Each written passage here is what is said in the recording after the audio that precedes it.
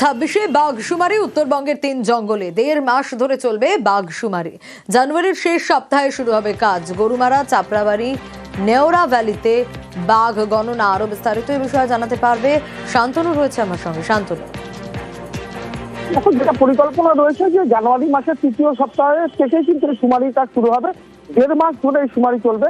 মূলত নেওড়া ভ্যালির যে জঙ্গল, যেটাকে বলা হচ্ছে যে একাধিক রয়্যাল বেঙ্গল টাইগার রয়েছে বলে বন দপ্তরের একাধিকবার সাইডিংও হয়েছে এবং ট্র্যাপ ক্যামেরা ধরা পড়েছে।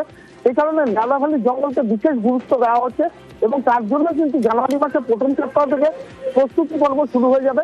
বিভিন্ন বড় কর্মীদের পাশাপাশি প্রশিক্ষণ পর্ব শুরু হবে, যেখানে স্বেচ্ছাসেবী সংগঠনের প্রতিনিধিদেরকেও নেওয়ার ব্যাপারে ভাবনা চিন্তা করছে বন দপ্তর। সেই সঙ্গে গরুমারা এবং চাপড়ামারির জঙ্গলকেও কিন্তু এই বাঘশুমারিতে যুক্ত করা হয়েছে।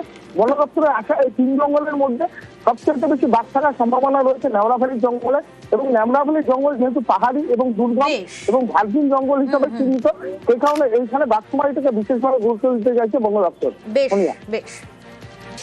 প্রোটেক্টেড এরিয়াস যেগুলো আছে, যে Gorumara national park, Chapramari wildlife sanctuary আর above all Neora valley national park, এই এরিয়াগুলোর মধ্যে সার্ভে হবে। তো ফান্ডামেন্টাল মেথডটা হবে ক্যামেরা ট্র্যাপ সার্ভে, আর এটাকে অগমেন্ট করা হবে ট্রানজেক্ট লাইন সার্ভে আর পলিগন সার্চ মেথড দিয়ে। এগুলো ম্যানুয়াল মেথড, যেগুলো অন ফুট হবে, আর ক্যামেরা ট্র্যাপ ডেটাটাও সেন্ট্রালি অ্যানালাইজ হবে।